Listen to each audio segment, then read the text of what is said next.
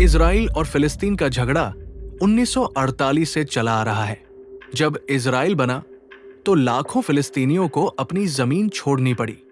तभी से फिलिस्तीन चाहता है कि उसे वेस्ट बैंक, गाजा और पूर्वी यरूशलेम को मिलाकर एक अलग देश मिले।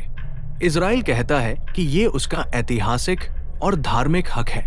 2023 तक हालात तनावपूर्ण लेकिन काबू में थे। फिर 7 अक्टूबर को गाजा पर शासन करने वाला संगठन हमास ने इजराइल पर हमला किया। हजारों रॉकेट दागे और सैकड़ों लोग मारे गए। इसके बाद इजराइल ने गाजा को घेर लिया, लगातार बमबारी और सप्लाई रोक दी।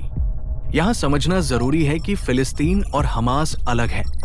वेस्ट बैंक में फिलिस्तीनी अथॉरिटी है जो बातचीत से आजादी और 2 देशों का हल चाहती है। गाजा में हमास है जो इजराइल को मानता ही नहीं और चाहता है कि पूरा इलाका सिर्फ फिलिस्तीन कहलाए। लेकिन गाजा में सिर्फ हमास नहीं, 20 लाख आम लोग भी रहते हैं। बच्चे, महिलाएं, बुजुर्ग। वे चुनाव तक नहीं कर सकते और दोनों तरफ से पिस रहे हैं। अंदर से हमास का कठोर शासन और बाहर से इजराइल की बमबारी व नाकाबंदी। लाखों लोग भूख और बीमारी से जूझ रहे हैं। बच्चों की मौत भूख से हो रही है और अब वहां आधिकारिक तौर पर भूखमरी, फमैन, घोषित हो चुकी है।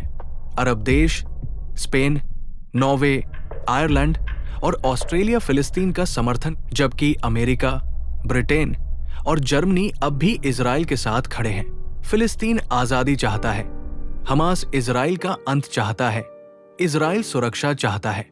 लेकिन इस राजनीति और जंग के बीच सबसे ज्यादा पीड़ित हैं आम लोग, जिनका न तो हमास में हाथ है और न इजराइल में, फिर भी वही भूख और मौत झेल रहे हैं।